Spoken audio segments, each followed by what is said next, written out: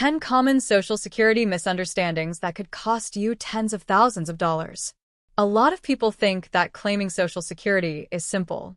You turn a certain age, you apply, the checks start coming, and that's it. But here's the truth. I've met far too many people who, because of one small misunderstanding, ended up losing $30, $000, $50, $000, sometimes even over $100,000 in lifetime benefits. And once you make the wrong move, you can't always fix it. Today, I'm going to walk you through the 10 most common Social Security mistakes I see and explain them clearly one by one, so you can avoid making a decision that costs you serious money. Let's dive in. Mistake number 1. Social Security is going bankrupt, so I'd better grab my money right now. This one has caused massive panic, and I understand why. If you've heard that the system is going broke, it's only natural to want to claim as soon as possible. After all, why wait for money that might disappear? But here's the reality. Yes, Social Security is facing funding challenges. The latest trustees report says that if Congress does nothing, the trust fund reserves will run out around 2035. That sounds scary, but running out does not mean benefits will go to zero. Why? Because Social Security's main funding source is not that trust fund. It's the payroll taxes paid by current workers.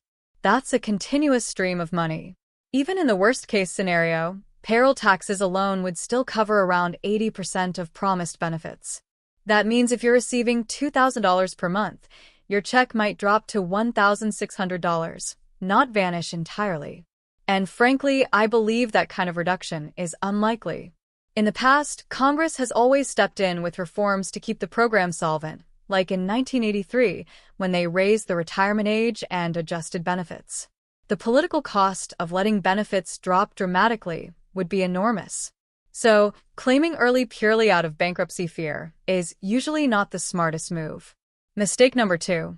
Waiting until 70 is always the best deal. It's true that if you wait until age 70, your monthly benefit will be the largest it can possibly be. But bigger checks later aren't automatically better for everyone. The right time to claim depends on your health, your financial needs, your family situation, your life expectancy. If you're in poor health or you truly need the money now, waiting could actually mean you collect less over your lifetime. Example: John claims at 62 and gets $1,200 per month. By the time he turns 75, he's collected $187,200 in total. Michael waits until 70 and gets $2,000 per month. By age 75, he's only collected $120,000 total. If you live a long time, waiting often wins. If not, it might not. There's no one-size-fits-all answer. Mistake number 3. Social Security is based on your last 5 years of earnings. This is completely wrong, but I still hear it all the time.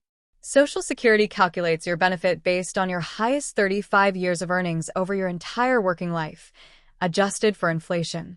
It doesn't matter if those years were in your 20s, 40s, or 60s.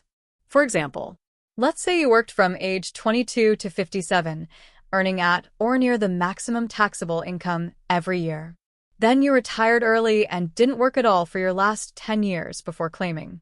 If you claim at your full retirement age, say 67, you'll still get the maximum possible benefit because those earlier 35 years are what count, not your last job. But here's the catch. If you've worked fewer than 35 years, the missing years get filled in with zeros. And zeros drag down your average, which means lower benefits. So, having a full 35-year earnings record is extremely valuable. Mistake number 4. I never worked, so I can't get Social Security. This is one of the biggest misunderstandings among stay-at-home spouses, often women, but not always. Even if you've never worked a single paying job, you may still qualify for benefits based on your spouse's work record. Rules for spouses. If you're married at least 1 year and you're at least 62, you can get up to 50% of your spouse's full retirement age benefit. Rules for divorced spouses. If your marriage lasted at least 10 years, you're divorced, and you haven't remarried, you can still claim based on your ex-spouse's record, without affecting their benefits or even notifying them. Social Security was designed to protect entire households, including spouses who stayed home to raise kids or manage the family. Mistake number 5. Social Security benefits are tax-free. Surprise, they're often not. The IRS uses something called combined income to determine if your benefits are taxable. Combined income equals adjusted gross income plus non-taxable interest plus 1/2 of your Social Security. If you file single and your combined income is over $25,000, part of your benefits will be taxable. Over $34,000, up to 85% of your benefits may be taxable. If you're married filing jointly, the thresholds are $32,000 and $44,000. Here's the kicker. These thresholds haven't been adjusted for inflation since the 1980s. So each year, more and more retirees end up paying taxes on their benefits. Mistake number 6. If I work after claiming, I'll lose my benefits permanently. Not quite. If you claim before your full retirement age and earn above the annual limit, some of your benefits will be withheld, but it's not gone forever.